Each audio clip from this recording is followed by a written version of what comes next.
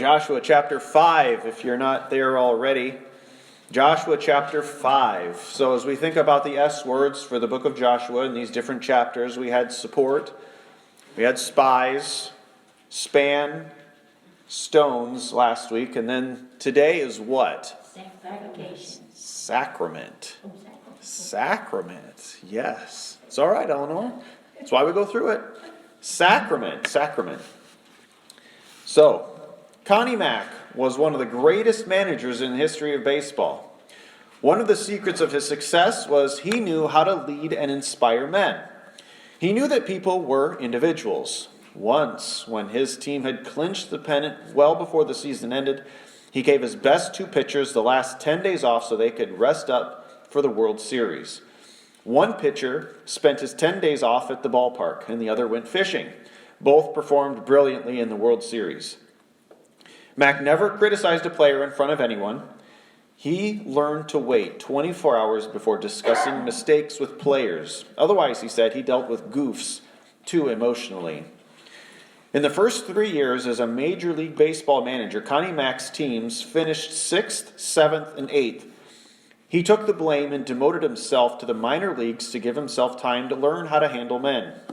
When he came back to the major leagues again, he handled his players so successfully that he developed the best teams the world had ever known up until that time.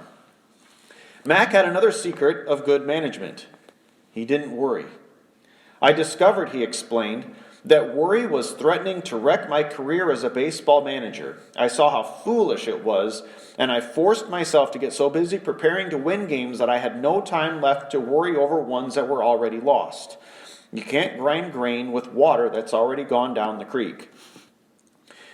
This man had to learn some tough lessons about control. Being in control isn't as easy as it looks. Managing people can be very hard work. Thankfully, we all know someone who is much better about managing people than we are.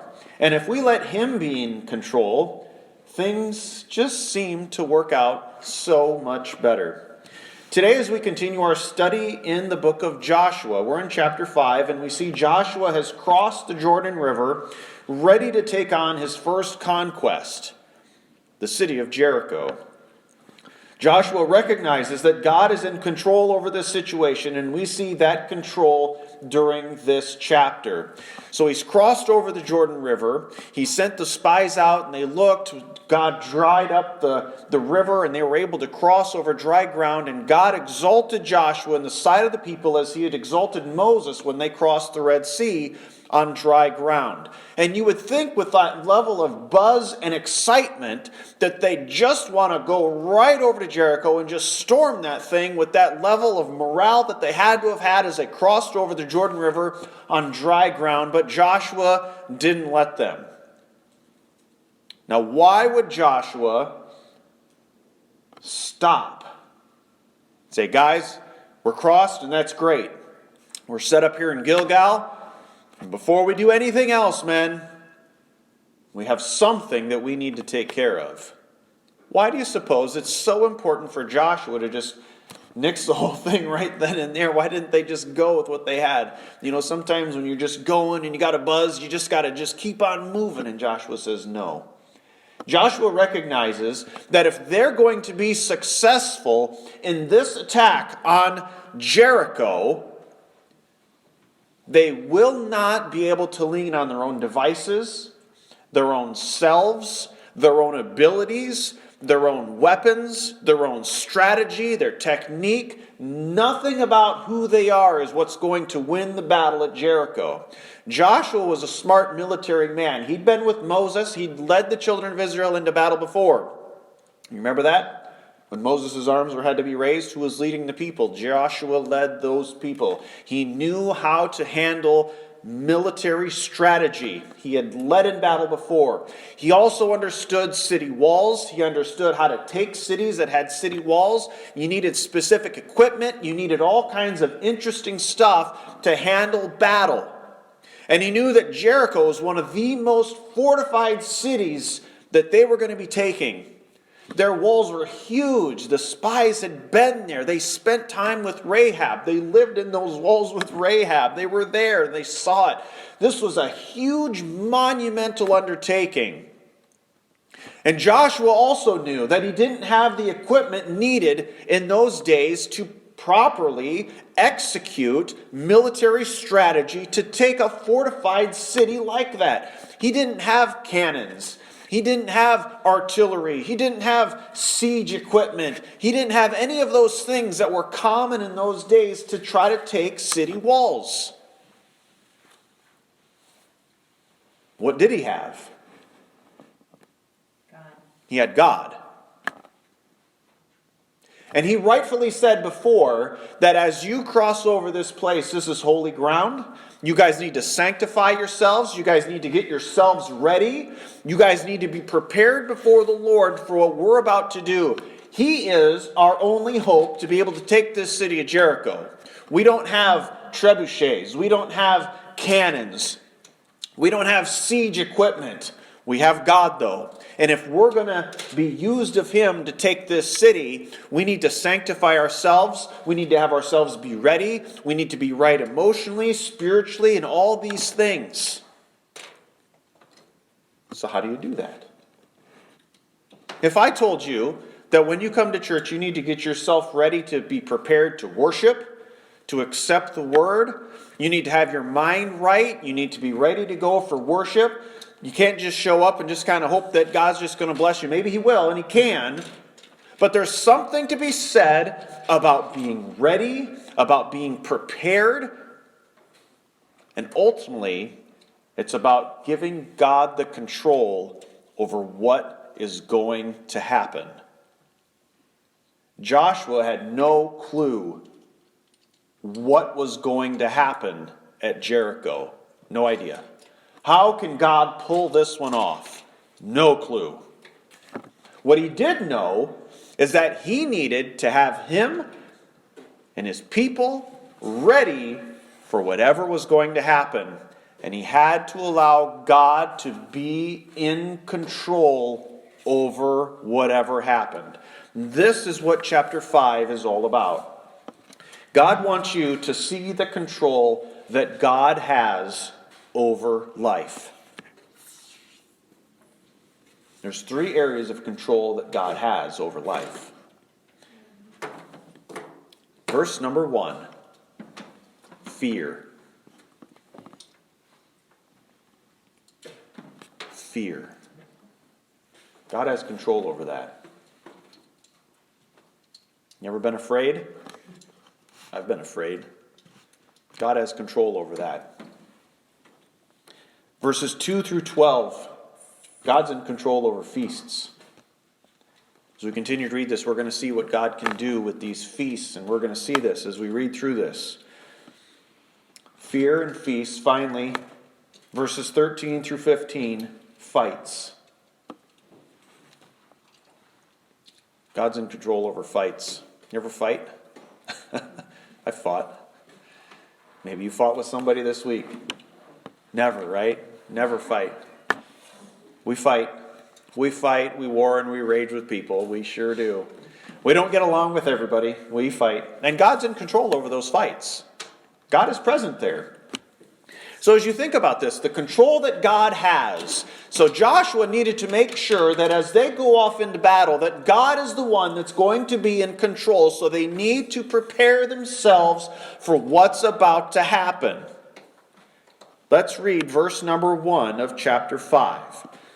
So it was when all the kings of the Amorites who were on the west side of the Jordan, and all the kings of the Canaanites who were by the sea, heard that the Lord had dried up the waters of the Jordan from before the children of Israel until we had crossed over, that their hearts melted.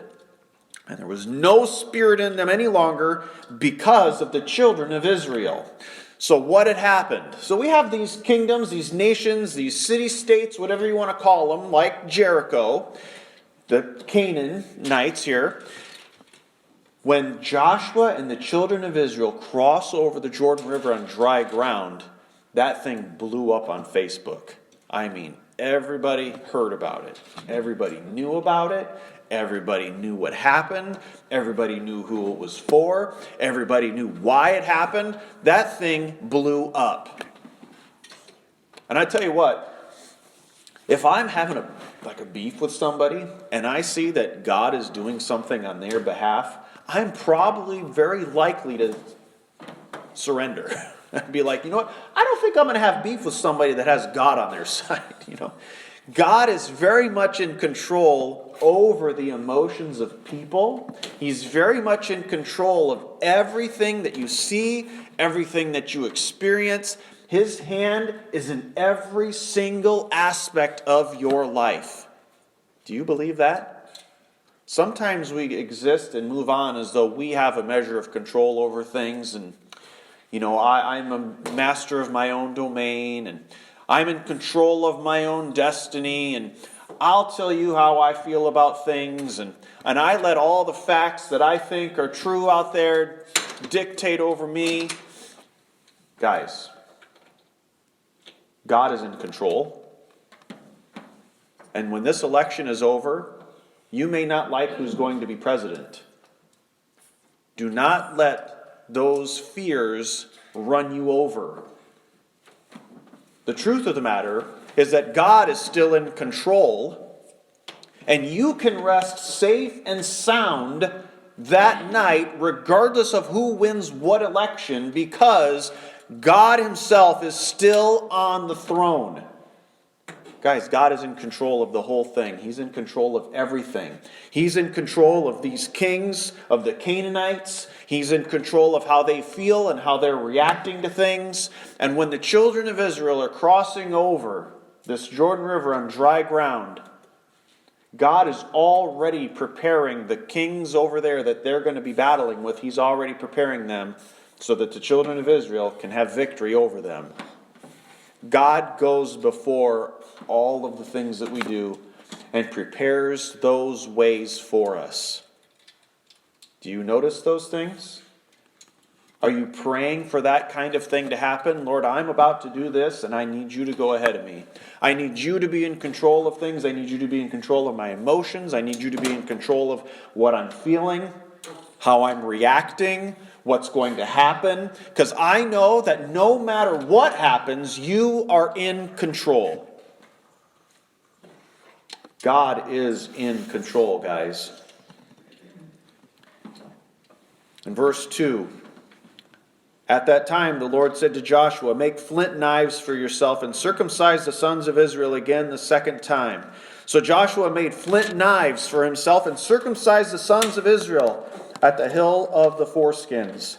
And this is the reason why Joshua circumcised them. All the people who came out of Egypt who were males, all the men of war, had died in the wilderness on the way after they had come out of Egypt. For all the people who came out had been circumcised, but all the people born in the wilderness on the way as they came out of Egypt had not been circumcised. For the children of Israel walked 40 years in the wilderness, till all the who came out of Egypt were consumed, because they did not obey the voice of the Lord, and to whom the Lord swore that he would not show the land which the Lord had sworn to give to their fathers, a land flowing with milk and honey. Then Joshua circumcised their sons, whom he raised up in their place, for they were uncircumcised, because they had not been circumcised on the way. So it was, when they'd finished circumcising all the people, that they stayed in their places in the camp till they were healed. Then the Lord said to Joshua, "This day I have rolled away the reproach of Egypt from you. Therefore the name of this place is called Gilgal to this day." Now the children of Israel camped in Gilgal and kept the Passover on the 14th day of the month at twilight on the plains of Jericho. And they ate of the produce on the land on the day after the Passover, unleavened bread and parched grain on the very same day. Then the manna ceased on the day after they had eaten the produce of the land, and the children of Israel no longer had manna, but they ate of the food of the land of Canaan that year. So God's also in control over feasts, different festivals, different things that are happening in the life of his people. So we have this very interesting story as he begins this, that Joshua is told to make flint knives so that he could circumcise the sons of Israel, this second generation. And he goes on to explain the reason for this is because as they were coming out of Egypt, that first generation that came out of Egypt, they had all been circumcised, apparently, because that's what it tells us. They were all circumcised. Everybody was okay in that way. And by the way, why do they need to be circumcised anyway? It's a sign of the covenant. That they were a part of the covenant people of God, that they were recognizing He is God and Him alone and nobody else, and they're not going to worship anybody else. This is their God, this is whom they're worshiping, and as part of the covenant of God, they're going to be circumcised. The boys are. It's a sign of the covenant. As they are preparing themselves and making sure that they recognize who's actually in control here, we're going to give God control, and He tells us that we need to have our boys circumcised if we're really going to be part of this covenant. I don't think we need to do that. That's not a very big deal, is it? He's still in control, sure, but we're not going to do what He asks us to do. You ever had a time in your life when you knew that you were supposed to do something? By golly, you were supposed to do something, you're supposed to go somewhere, you're supposed to do this, you're supposed to do that, and you knew God wanted you to do it. Well, I'm not going to do that. I don't need to do that. That's not really that important, is it? Guys, it is important.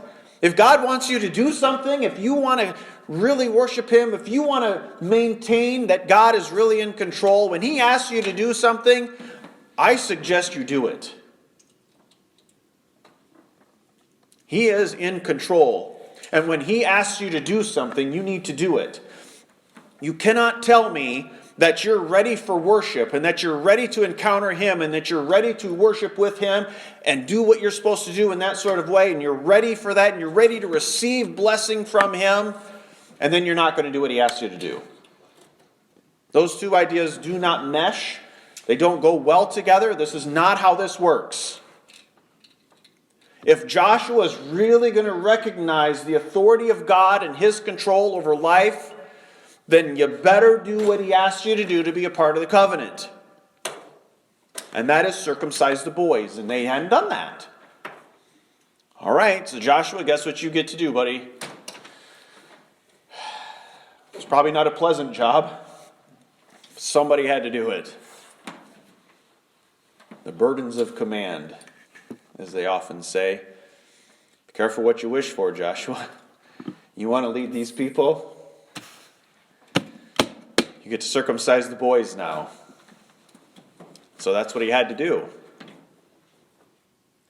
What is it that God is asking you to do? Has God laid on your heart to do something for Him?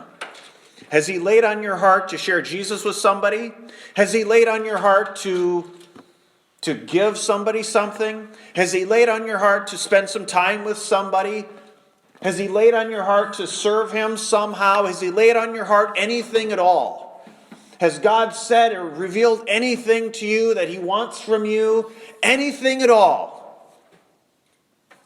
Maybe to put this another way, if God's not doing anything like that with you, I've got a whole nother sermon for you. You can stay after class and we'll do that one. But if God is working with you, and God is prompting you, and God is communicating with you, and God is spending time with you, and you're trying to spend time with Him, I suggest you listen and give Him the control over your life and let Him be God. And I wouldn't recommend you being God. It doesn't usually work out too good. And Joshua recognizes this. If we're truly going to allow God to be in control of our lives, of this campaign, of taking territory, then we had better get these boys circumcised. And so we did that. And so as it was in verse 8, when they finished circumcising all the people, they stayed in camp until they were healed. Now, they don't heal in like a day and a half. Even, I looked this up. I was telling Amy when I looked this up, and she's like, why are you looking that up? I said, because I'm probably going to say it. So today, like if you were to get circumcised today, typically, according to the thing that I looked up, it's like 2 to 3 weeks to be healed. So they were hanging around Gilgal for a couple of weeks after having been circumcised because they probably didn't want to do much afterwards. And just so happens, what do you think the chances are, guys? What do you think the chances of after they're healed and they're ready to do something again? In verse 10, now the children of Israel camped in Gilgal and kept the Passover on the 14th day of the month, the twilight. What do you think the chances are that they're able to cross over the Jordan River? They get to where they're going, they do the stones, they set up the memorial. God tells Joshua to get the stone of flint and to circumcise the boys. They get healed, and wouldn't you know it, it's the 14th day of the month and it's time for Passover. What are the chances, guys? What are the chances, huh? You're telling me God's not in control over these feasts and these requirements and these things of life? Of course, God is in control. He has all the control over all of these things. And it just so happened, right? This is why we don't really believe in coincidences. God wanted them to be able to keep the Passover. Hadn't been kept for a long time. And Joshua, if you're really going to allow God to be in control, Joshua, you're going to need to not only have the boys circumcised, but you're probably going to need to keep the Passover too. That's a big one. And as soon as they get done with the circumcision, boom, time for the Passover. On the 14th day of the month, at the twilight of the plains of Jericho, and they ate produce of the land on the day after the Passover, unleavened bread and parched grains on the very same day. So God had not only provided for all this timetable, that everything would go smooth. God provided for the day to be just the right day. God also had not only been providing manna from heaven. Remember, manna from Exodus 16 is when it started. And this whole time, God had been providing the children of Israel manna. As they were going through the wilderness for 40 years, God had been providing manna. God was in control, making sure they had the food that they needed. Maybe they didn't want it every single day for the last 40 years, but you know what? They didn't go hungry either. God is in control. And they were able to eat that manna since Exodus chapter 16. And now that the Passover had been celebrated, the boys are circumcised, they're able to eat produce off the land. They're able to take care of themselves. God had provided for them produce from the land. And God didn't need to provide for them manna any longer. God is in control of what they eat, whether it's manna or produce from the land. God can provide in a number of different ways to make sure that His people have everything that they need. Have you always had everything you needed? There are times when sometimes you wonder, do I have everything that I need? You know, I can't even tell you how many stories I've heard about people who are going to be late on their rent or something like that, and then they get a check in the mail just out of the blue right before they needed it, and boom. God is able to take care of us. God is able to provide for us. God is able to make sure that we have the things that we need when we need them in just the nick of time. God is never late. He is in complete control over every single thing that happens in this life. Nothing takes Him by surprise. Nothing surprises Him. We might be surprised. We might let ourselves be overcome with fear. We might allow ourselves to be on a bad path. We might allow ourselves to not keep the Passover per se. We might allow ourselves to do things that we're not supposed to do. But God is never late. God is always on time. God always shows up. And we're the ones that ghost God. God doesn't ghost us. He has control over these feasts. He has control over these events and these situations. And then finally, as we get to verse 13, how many of you are just as confused over what this is all about as me? Joshua and the commander of the army of the Lord? What is this all about? How do you fit this into your outline? This is why I feel like this whole chapter is all about control and Joshua giving control over to God and allowing God to be the one who's going to take charge and be in control. Because as you saw in that first verse, God had control over the fear. It was God that had dried up the Red Sea. It was God that put that into the heart of these Canaanite kings. It was God that wanted Joshua to do this circumcision, and God who allowed and orchestrated the time to happen just at the right time to be able to keep the Passover. And as Joshua is serving the Lord and preparing himself and preparing the people and doing what he needed to do to ensure that everybody knew that God was the one that was in charge. And by the way, when God is the one in charge, he can do all kinds of neat stuff. He can even take down walls of Jericho. Did you know that? Isn't that something? When God is in charge, he can do anything. It's us that get in the way and mess things up by our bad decisions, our improper attitudes, our rebelliousness, our sin, our squandering. We're the ones that mess things up. But when we let God have the control, wouldn't you know it, he shows up? Interesting, he shows up? Well, let's read verse 13.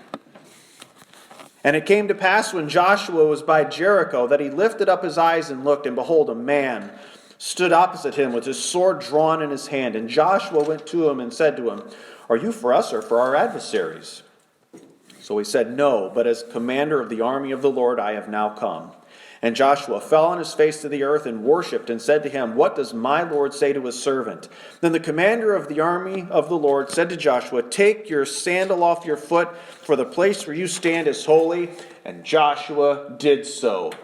When you are allowing God to be in control and you're taking your hand off the wheel and you just let God do his thing and you don't get worried about the results and you don't get worried about anything and you just let him do his thing, you get yourself prepared, you sanctify yourself, you do the things that you're supposed to do to be pleasing to God, and you allow yourself to be that living sacrifice, holy and acceptable to God, and he shows up in your life in all kinds of different ways. It's answered prayer or whatever it is.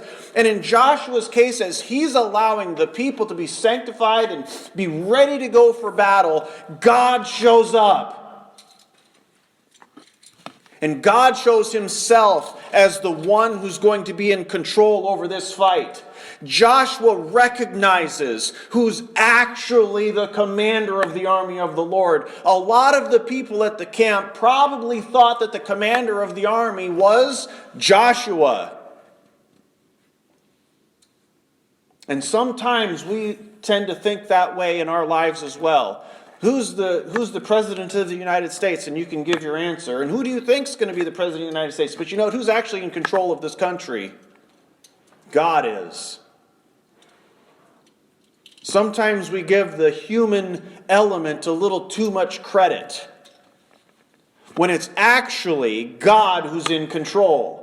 And Joshua recognizes and sees for himself firsthand who's actually the commander of the army of the Lord. But Joshua doesn't recognize it right away, does he? Even Joshua has to be kind of calibrated, as it were.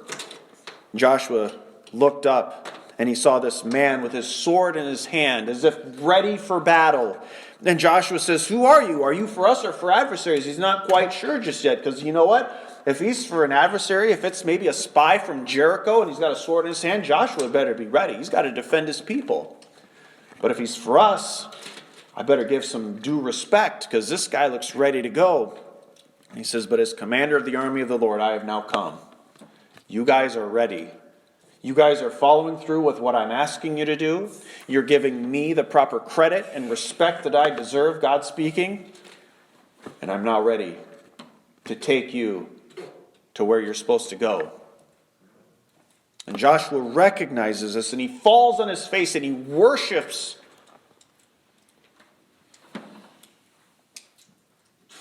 When God takes care of you and he shows up for you, in complete control over everything that's going on for you, how many times do we just say, "Yeah, that's great, I'm glad that happened," and we move on? Do we give God the proper worship and reverence that he truly deserves as being the one who's actually in control? Joshua worshipped. What does my Lord say to his servant? In other words, what can I do for you? It's a great attitude to have.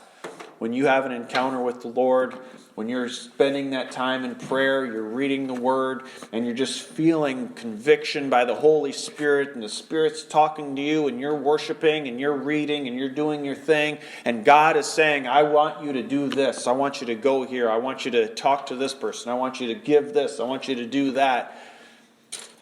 You better do it. You better listen, because He's the one that's in control. And the commander of the army said to Joshua, take your sandal off your foot, for this place where you stand is holy. God's going to do an amazing work through Joshua.